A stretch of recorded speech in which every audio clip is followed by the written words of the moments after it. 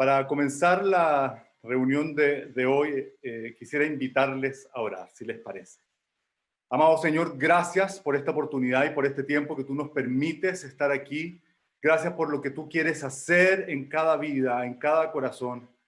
Señor, definitivamente tú tienes un propósito. Este es un tiempo muy, muy especial para nosotros como iglesia. Es un tiempo muy especial, es un tiempo de mucho desafío. Aunque a pesar de que podemos mirar a lo mejor a nuestro entorno o mirar las noticias o todo lo que estemos viendo, puede ser un tiempo muy difícil. Sin embargo, es un tiempo de gran, gran expectación por lo que tú estás haciendo. Amado Dios, yo te pido en esta hora en particular que tú llames a cada persona aquí, Señor. Cada una de estas personas ha abierto su casa a través de este medio que es el computador, el televisor, lo que estén utilizando para conectarse en esta hora. Ellos han abierto su casa. Yo te pido en el nombre de Jesús que tú, Espíritu Santo, en este mismo instante tomes el control de cada hogar, de cada lugar. Señor, sea mucha gente la que vea o sea uno solo. Toma tú el control, Espíritu Santo, de tal manera que tú llames a cada corazón, que tú llames a cada persona, que este sea un tiempo para consagrarse, porque es muy poderoso lo que tú estás haciendo. Es muy poderosa la obra, más allá de que la podamos ver o no, es muy poderosa la obra que tú estás haciendo en nuestras vidas y el llamado que tú tienes para nosotros. Yo te bendigo y te agradezco por este día y te doy muchas gracias, Señor, por toda esta gran familia aquí en la Casa Central.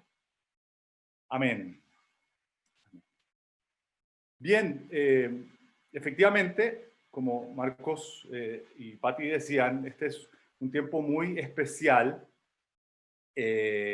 para todos nosotros y la verdad es que quisiera empezar este tiempo mencionando que cuando la gente en general ve las experiencias que están sucediendo en sus vidas o el entorno o todo lo que está pasando alrededor, se asustan en muchos aspectos y debemos considerar un aspecto muy importante. Todo lo que estamos viendo y todo lo que veremos y todo lo que hemos visto, la Biblia ya lo menciona. Para nosotros como cristianos hay una tremenda ventaja. Podemos sentirnos absolutamente aventajados respecto de cualquier otra persona, respecto de cualquier otro escenario, respecto de cualquier persona. Tenemos una ventaja tremenda que la Escritura nos habla de todo lo que estamos viendo, de todo lo que ha sucedido y de todo lo que va a venir. Entonces, para nosotros esta es una tremenda ventaja.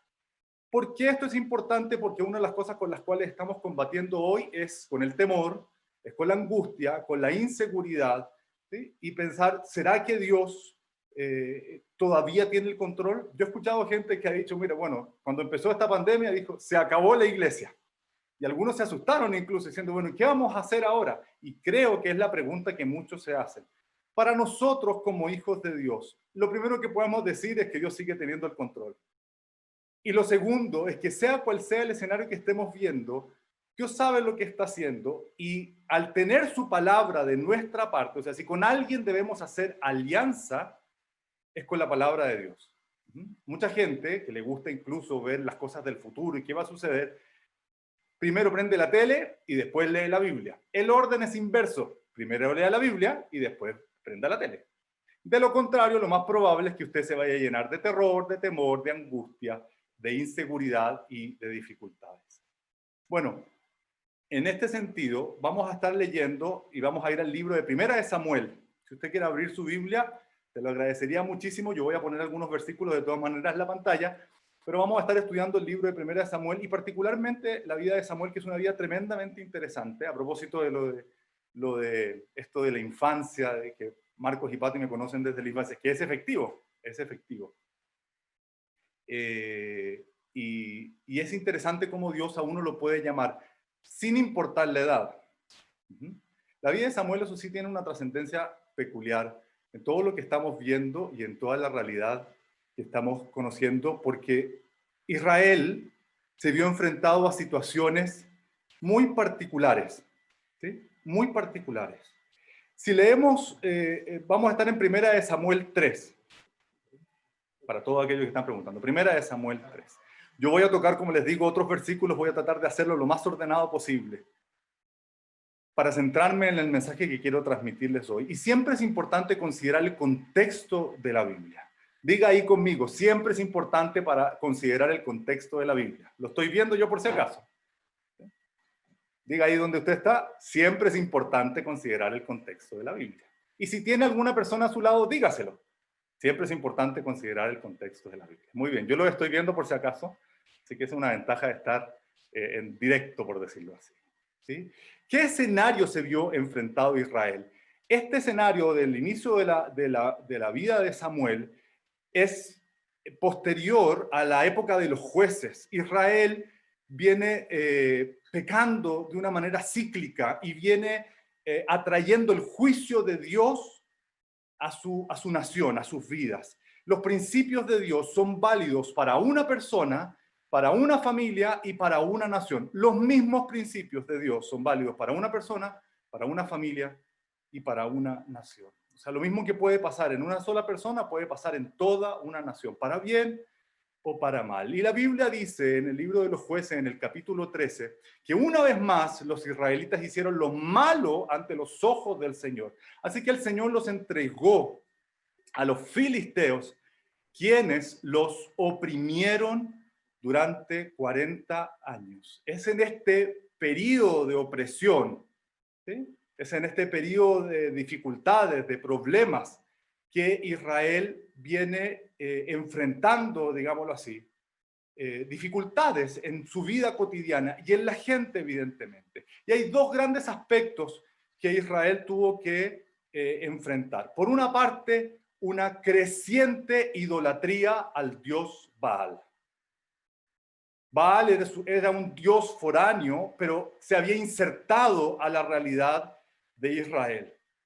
Y creció de tal manera la idolatría hacia Baal, creció de tal manera la adoración de Baal, que llegó a quitarle el protagonismo al Dios de Israel, a Jehová, al Dios de Israel, al Dios de los hebreos. No solamente esto, fue tanto el crecimiento de la idolatría que no solamente tomaron a Baal como el dios principal, sino que empezaron a importar otros dioses, empezaron a importar otras idolatrías de los cananeos, de los sirios, de otras regiones alrededor de Israel, de tal manera que llegaron a un punto en que el culto a Dios, la búsqueda del Dios de Israel, fue prácticamente nulo. Prácticamente nulo, ¿sí? O sea, llegó a ser minoritario. Por una parte tenía ese escenario y por otro lado Israel tuvo que enfrentar la depresión de su gente, la gente se empezó a deprimir, se empezó a afectar y por otro lado se empezaron a lamentar, no tenían esperanza, no tenían futuro, ¿qué va a pasar? O sea, en el corto plazo vivían una depresión continua y en el largo plazo no había esperanza.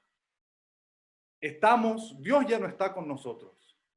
Estamos presos de nuestra propia realidad, de nuestras propias malas decisiones. Y además, externamente, hay una nación que nos está oprimiendo, hay una nación que desea nuestra destrucción, y hay una nación que nos roba, hay una nación que nos daña, hay un enemigo que nos afecta constantemente.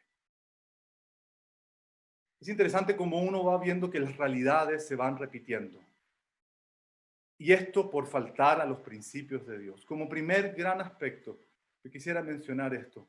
La historia se va repitiendo porque las personas somos exactamente iguales. Siempre hemos sido exactamente iguales. Y entonces la historia se va repitiendo una y otra vez. ¿Qué comenzó a darse? ¿Qué escenario comenzó a darse? Dios evidentemente se preocupa de su pueblo. Dios se preocupa de que la gente no se olvide de él. Y en aquella época había un sumo sacerdote, quien tenía a cargo el culto, quien tenía a cargo la actividad de adoración al Dios verdadero en el tabernáculo, un lugar llamado el tabernáculo, compuesto de tres espacios, ¿sí? Que son los atrios, el lugar santo y el lugar santísimo. En el tabernáculo, ¿sí? Ellos, por lo general, por el costado, habían habitaciones o cerca del tabernáculo había un lugar para que estuvieran allí los sacerdotes, la gente los levitas, la gente que servía a Dios. Y el sacerdote de aquella época era Elí. Elí animó a sus hijos al sacerdocio.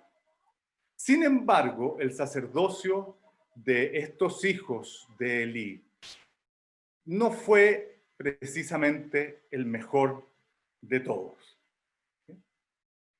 En este escenario es que Dios levanta a un hombre que profetiza en Israel, ¿sí?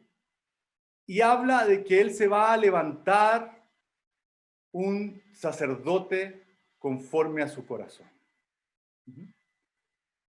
En este escenario en que estamos, en que Israel, el mundo espiritual de Israel está abiertamente de capa caída, Israel se anima a ir a la guerra. Y yo les quiero contar que una de las cosas que me hubiera gustado hacer, yo tengo clarísimo que tengo un llamado del Señor y le agradezco a Dios por el privilegio que tengo de servirle, pero una de las cosas que me hubiera gustado hacer es ser periodista. Entonces, para relatarles el escenario que se vio, yo voy a hacer una especie aquí de noticiero, ¿sí? Entonces yo puedo decirles buenas noches a todos o buenas tardes a todos, ¿sí? Quiero contarles cuáles son las últimas noticias que están sucediendo en Israel en este tiempo. Y lo que podemos mencionar es que tenemos novedades en Israel, particularmente en Afec. En horas de esta tarde han muerto 4.000 hombres en el campo de batalla. Esto debido a una guerra entre israelíes y filisteos, ¿sí? Producto de este escenario en que Israel se anima a tener una guerra con los filisteos sin contar con la bendición de Dios ni la protección de Dios, ellos han perdido 3.000 hombres. Esto evidentemente fue una tremenda derrota para el pueblo de Israel.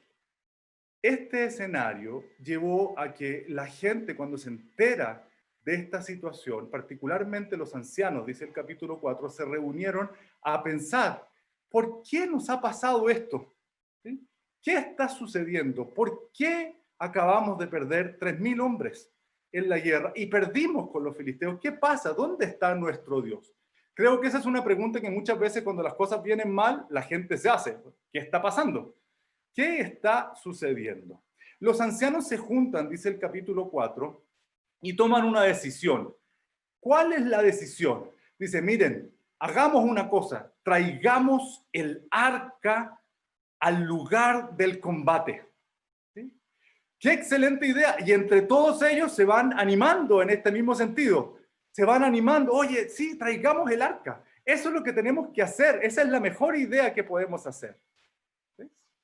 Entonces, a esta decisión de traer el arca, llaman a los hijos de Elí, Ofni y Fines, quienes eran hombres que tenían mala reputación y que ya la gente había reclamado a Elí, su padre, diciendo, mira, esto que tú pusiste aquí en el servicio, resulta que se acuestan con las mujeres que vienen a orar, sacan el mayor provecho respecto de las ofrendas, no son gente piadosa, ¿sí? Y Elí lo único que había hecho era decirle, miren, chicos, muchachos, por favor, traten de ser más piadosos, traten de buscar, ¿sí?, del Señor. No les puso estorbo, ¿sí? A veces parte importante del trabajo y del servicio de los padres sobre los hijos es precisamente ese, ponerles estorbo. ¿Sí? Y eso fue algo que Dios le reclamó a Elí posteriormente. A esta, entre comillas, sabia decisión de llevar el arca al lugar de la guerra, que estaban todos de acuerdo, ¿sí?, se sumó que entonces fueron ellos marchando y cuando llegaron al lugar de la guerra, todos gritaron, ¿sí? Y fue un estruendo tan fuerte que dice la Biblia literalmente que la tierra tembló. La tierra tembló y los filisteos escucharon aquello y dijeron, ¿qué está pasando? ¿Sí? y se dieron cuenta que llegaron, dice, han llegado los dioses que libraron a Israel de Egipto. Jamás esto ha sido así, jamás ha sucedido esta realidad que ellos han traído el arca al lugar de la batalla. Sin embargo, era tanto el estruendo, era tanta la algarabía que había del pueblo de Israel, que ellos dijeron, esto va a ser algo muy sencillo. Hay una expresión que uno podría pensar que es muy válida. No sé si usted ha escuchado la expresión Vox Populi, Vox Dei. Supuestamente, si están todos de acuerdo y si todos piensan que esto es algo de Dios, entonces no hay ningún problema al respecto. Quiero decirle que esa expresión no es bíblica. Y evidentemente, no necesariamente eso va a traer un beneficio o una bendición. Aquí estuvieron todos de acuerdo. Curiosamente, desde los ancianos hacia abajo estuvieron de acuerdo. Pero ellos rompieron 3 principios muy básicos. Primero, el arca de Dios solamente podía estar en el lugar santísimo. No se podía mover de ahí. Segundo, quien tenía acceso al arca, al lugar santísimo, era el sumo sacerdote, única y exclusivamente una vez al año. Nadie más. Sin embargo, los hijos de Elí se prestaron para esto y no solamente entraron al tabernáculo, sino que tomaron el arca y se la llevaron, la sacaron. Y el tercer aspecto que ellos no consideraron es que el arca de Dios no necesariamente es la presencia de Dios. Ellos tomaron el arca y la utilizaron como un amuleto, como quien se cuelga algo al brazo. Es interesante que hay gente que no cree en Dios, sin embargo, se abre al mundo espiritual. Tú le hablas a alguien, mira, es necesario que tú recibas al Señor Jesucristo, que nazcas de nuevo. Dice, no, yo no creo en Dios, yo no creo en la Biblia, yo no creo en nada de eso.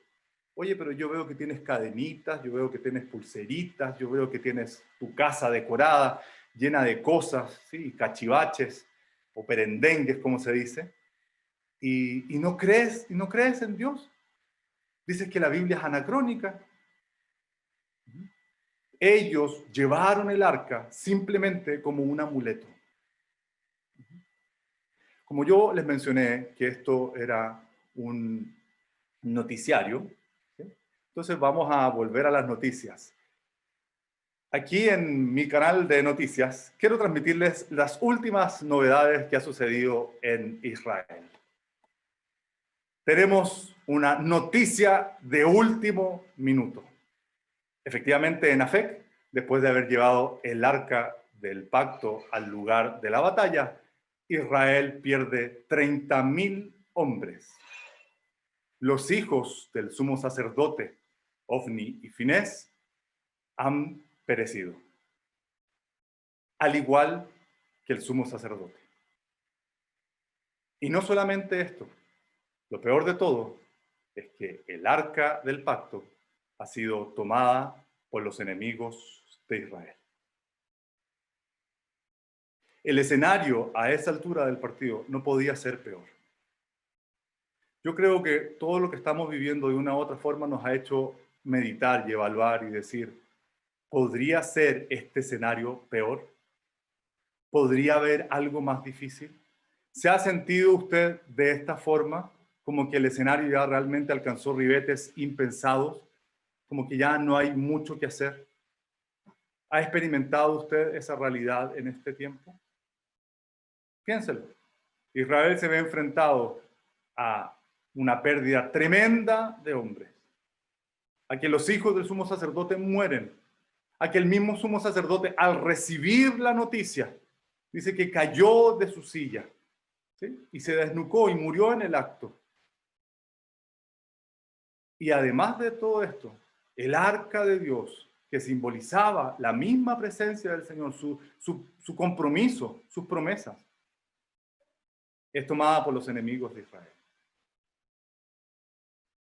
Hay una verdad espiritual muy potente en todo esto. Llega un instante en que cuando el escenario pareciera volverse peor, es Dios mismo quien decide tomar el control de la situación. Nunca debemos menospreciar a nuestro Dios. Nunca debemos considerar que Dios ha perdido las batallas. Él no ha perdido nunca una batalla. El Dios de la Biblia, el Padre de nuestro Señor Jesucristo, a pesar del escenario que estemos viendo, Él mismo va a intervenir. Es importante que tú consideres, yo no sé qué estás pasando tú en este minuto, pero es importante que consideres que Dios mismo tiene un compromiso con tu vida. Si tú invitaste a Jesucristo a tu vida como tu Señor y tu Salvador, debes considerar esta realidad. Dios quiere hacerse cargo de tu vida.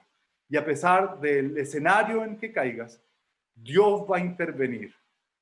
La pregunta es, ¿estás tú preparado para lo que Dios está haciendo en este tiempo?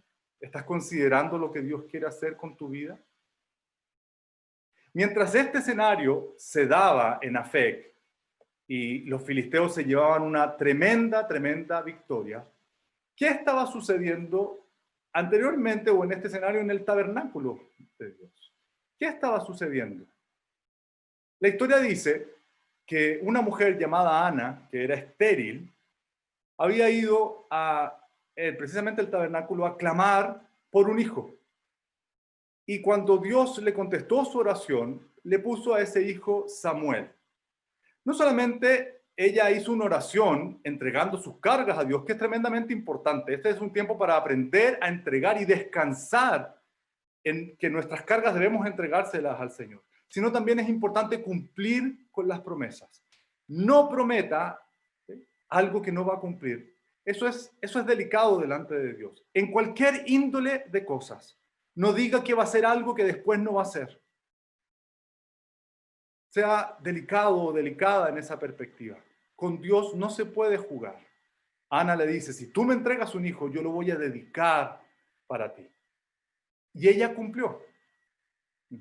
Este hijo empezó a crecer, este hijo empezó a conocer, ¿sí?, acerca de Dios, de hecho, porque esto es un aprendizaje. Pero este hijo vino en cumplimiento de esta promesa que yo les había comentado, que este hombre, este profeta, había dado al sumo sacerdote Elí. Dice 1 Samuel 2:35, y yo me suscitaré un sacerdote que haga conforme a mi corazón y a mi alma, y yo le edificaré casa firme y andará delante de mí ungido todos los días. Dios estaba preparando un corazón, a pesar de que el escenario era tremendamente complejo, a pesar de que el escenario era tremendamente difícil, a pesar de que podían experimentar el encierro, podían experimentar el agobio, podían experimentar la angustia. Dios había dicho, yo me voy a levantar a alguien para estos tiempos.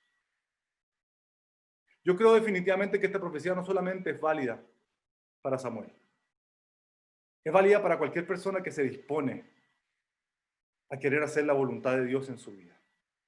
Dios en este tiempo, se está levantando gente que atienda el llamado de Dios y está preparando su vida, como lo hizo con Samuel. El capítulo 3 dice que el joven Samuel ministraba a Jehová en presencia de Elí. Muchos se preguntan, ¿y qué es ministrar? Bueno, ministrar es servir. El joven Samuel servía en la casa de Dios, servía en el tabernáculo, servía también a quien en este caso era el sumo sacerdote, a Elí. No tenía ningún problema, él estaba creciendo y él estaba aprendiendo. Y su motivación era servir a Dios. Pero ¿cuál era el escenario en el cual él comenzó a servir al Señor?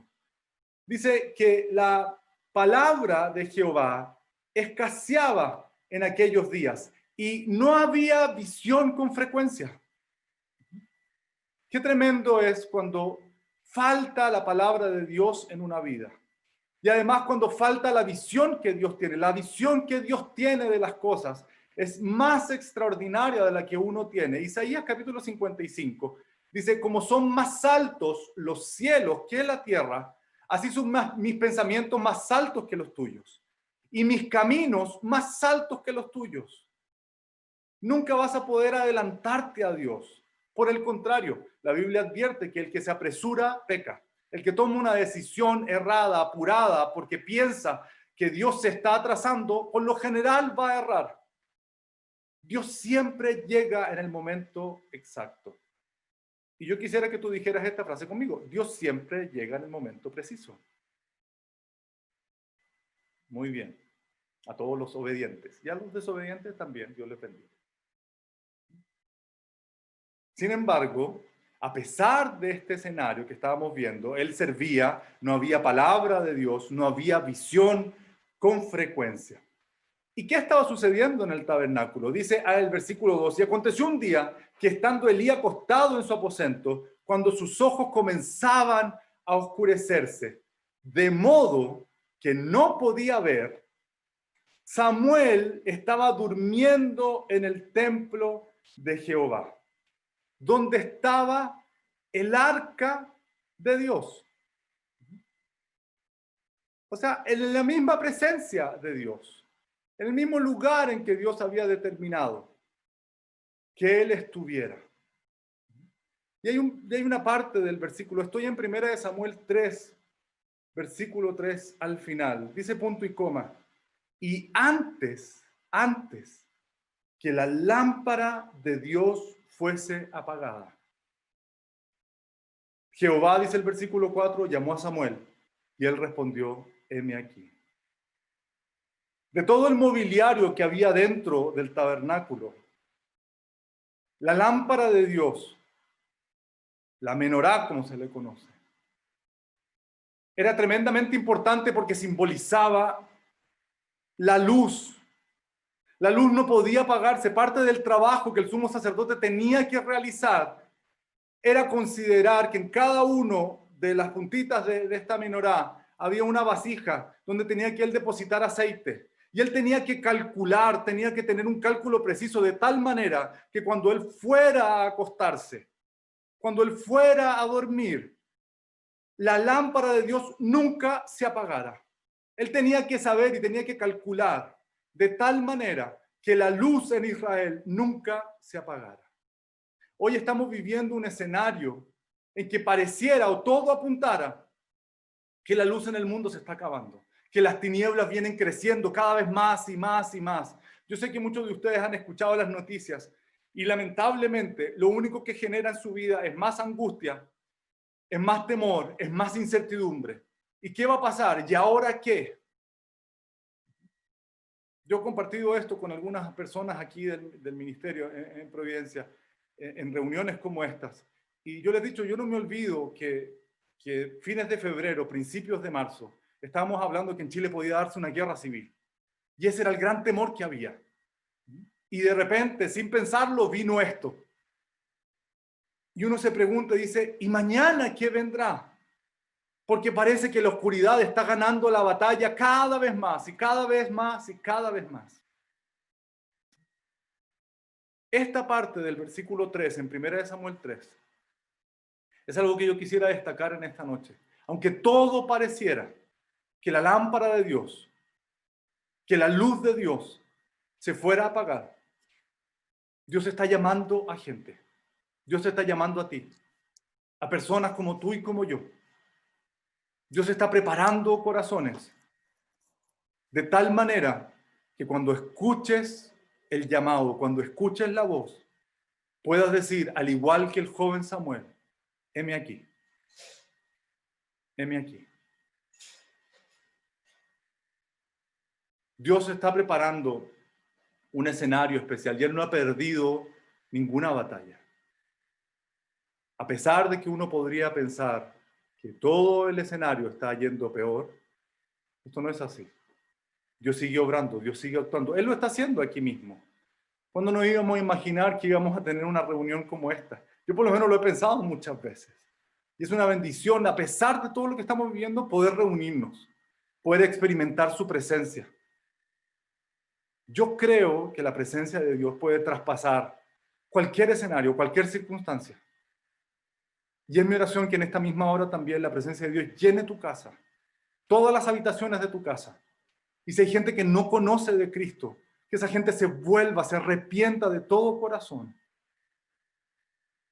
Que producto de tu oración, que producto de tu clamor, que producto aún también de tu fidelidad, llevas meses a lo mejor sentado ahí en la pantalla y aún en tu misma casa hay gente que no quiere sentarse ahí contigo a ver esta reunión. Pero este es el tiempo que Dios está empezando a llamar a personas, a volverse a Él de todo corazón y a entrar en el plan de Dios. Mientras en Israel había un desastre, estaban perdiendo vidas humanas, muriendo gente por todas partes. Los hijos del sumo sacerdote y el propio sumo sacerdote habían muerto. Y el arca del pacto había sido tomada. Dios ya había trabajado en un joven como Samuel para levantarlo precisamente para la hora de las tinieblas. Y me llama la atención esto, antes que la lámpara de Dios se apagase. Samuel creció, él finalmente recibe una palabra de Dios, se la da a Elí. Y Samuel creció y dice los versículos finales.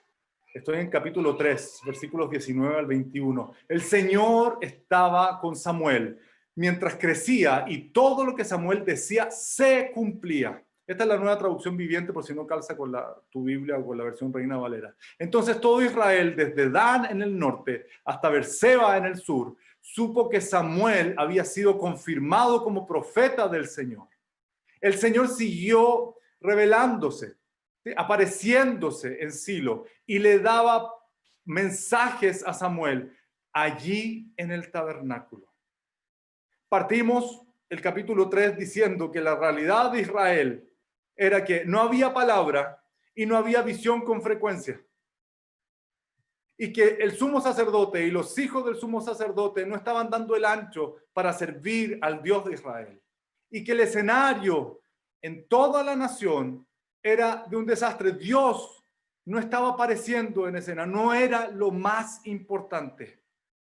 Termina el capítulo 3 diciendo, Dios levanta a Samuel y todo lo que él decía se cumplía porque Dios estaba con él. Dios lo confirmó como profeta. Dios vuelve a estar en escena. Y no solamente eso, vuelve a haber palabra y vuelve a haber visión. Simplemente porque un joven o una persona escuchó el llamado de Dios antes que la lámpara se apague.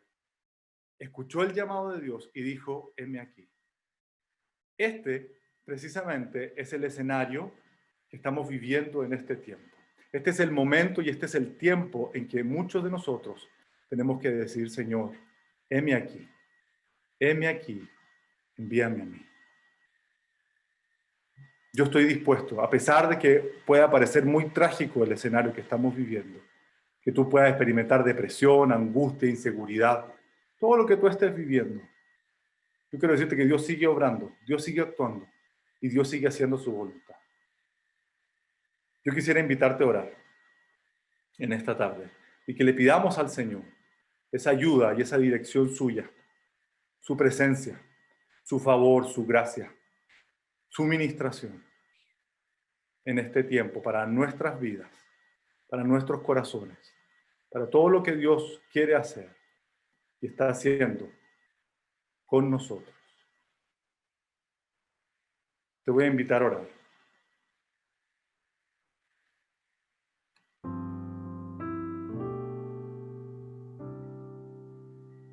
Oh bendito Dios, oh bendito Padre, gracias por esta hora. Gracias por todo lo que estás permitiendo en nuestras vidas. Gracias por todo lo que estás permitiendo alrededor nuestro. Porque creo, estoy seguro, que tú sigues teniendo el control a pesar de las dificultades, a pesar de los problemas, a pesar incluso de lo que yo pueda estar sintiendo, o cada uno pueda estar viviendo. Tú sigues obrando, tú sigues actuando.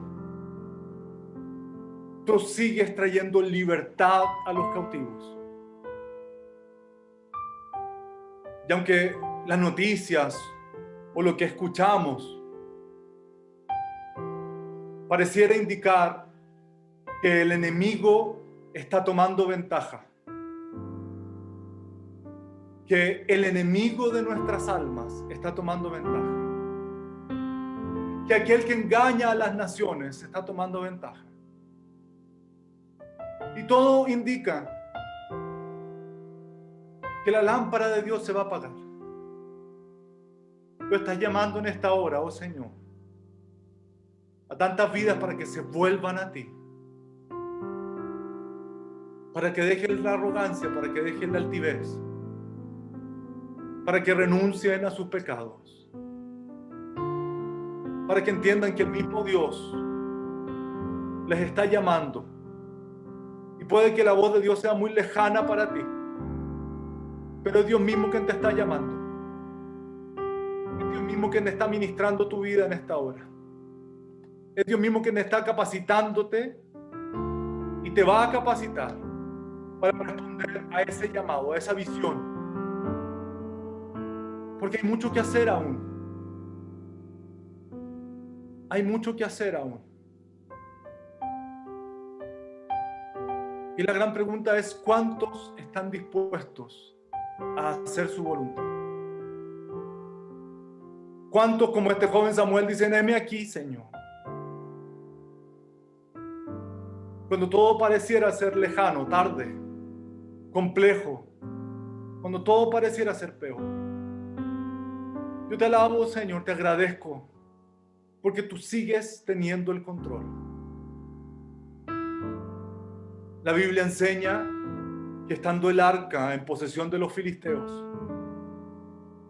destruiste al dios Dagón, al dios de ellos.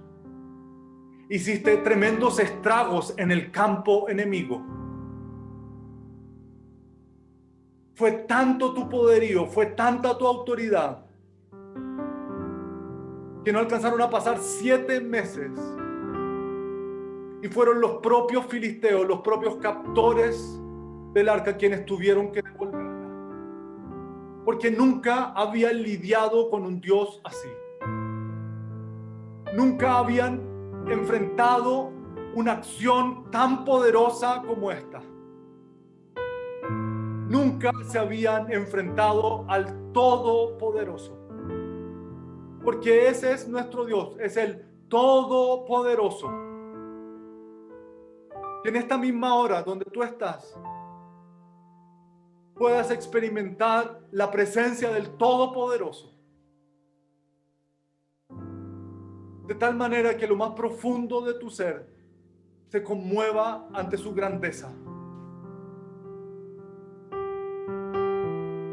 Los enemigos de Dios no pueden resistirlo. Los arrogantes tendrán que humillarse. Los altivos tendrán que bajarse. No hay oposición ante el Dios de Israel. No hay oposición ante el Todopoderoso. No hay oposición ante el Dios y Padre de nuestro Señor Jesucristo.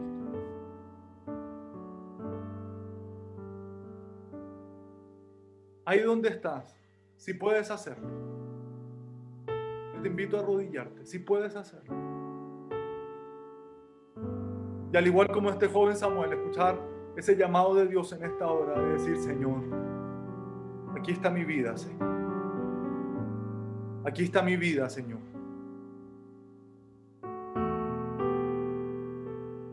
Aquí está mi vida completamente. Si en algo te puedo servir, si en algo te puedo servir, Señor, hoy me rindo a ti. Hoy me rindo a ti, oh Dios, completamente. Hoy me rindo a ti completamente. Y decido creer que a pesar de lo que dicen las noticias, a pesar de lo que el mundo muestra, a pesar de que todo apunta de que el adversario te va a salir con la suya, decido creer en esta hora que tú tienes un plan, que estás actuando y que sigues obrando, que vas a traer libertad a los cautivos, apertura de la cárcel a los presos. Que tú, Señor Jesús, tal como lo hiciste aquí mientras estuviste en la tierra, traerás sanidad a toda enfermedad y a toda dolencia en el nombre de Jesús. en el nombre de Jesús. Queremos adorarte con esta canción, Señor. Si usted a lo mejor no conoce esta canción, no se preocupe. Puede usted escucharla, la letra, y seguir adelante. Antes que la lámpara se apague, antes que los ojos se cierren, antes que el fuego se acabe y todo esté perdido, solo en apariencias, se escucha una voz en el silencio.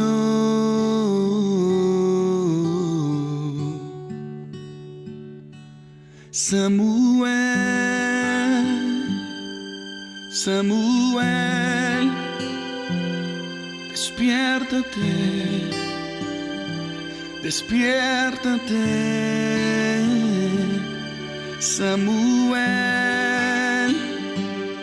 Samuel, no vayas al hombre, corre hacia mí y yo te mostraré lo que está por venir. Solo quédate conmigo, quédate conmigo. Oh.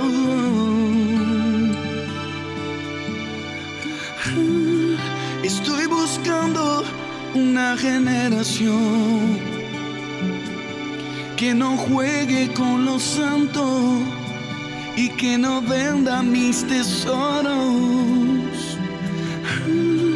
Estoy buscando una generación que me preste sus oídos y se interese en mi corazón. Gente que crece en el secreto, yo recompenso en público. Oh, oh. Samuel, Samuel, despiértate. Hay mucho que hacer. Samuel, Samuel, no vayas al hombre, corre hacia mí y yo te mostraré lo que está por venir. Solo quédate conmigo, quédate conmigo, quédate conmigo, quédate conmigo y hazme oír tu voz. Solo quiero oír tu voz. Aquí estoy, aquí estoy. Hoy me despierto, hoy me levanto. Aquí estoy, aquí estoy. Corro hacia ti, yo corro hacia ti. Muéstrame, Señor, lo que está por venir. Yo me quedo contigo, yo me quedo contigo, yeah, yeah. Me quedo contigo, a tu lado.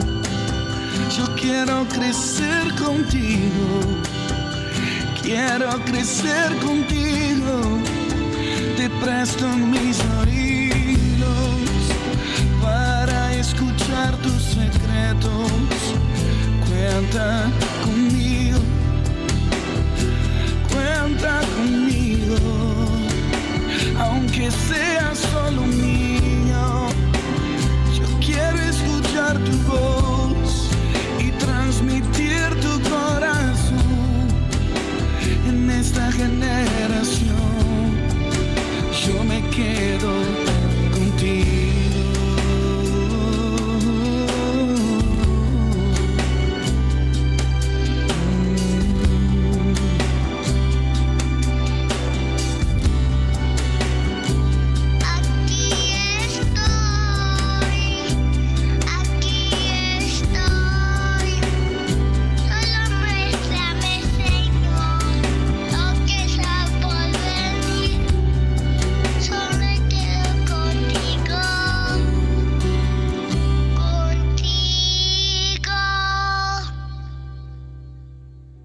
Padre, te bendigo y te agradezco por esta hora.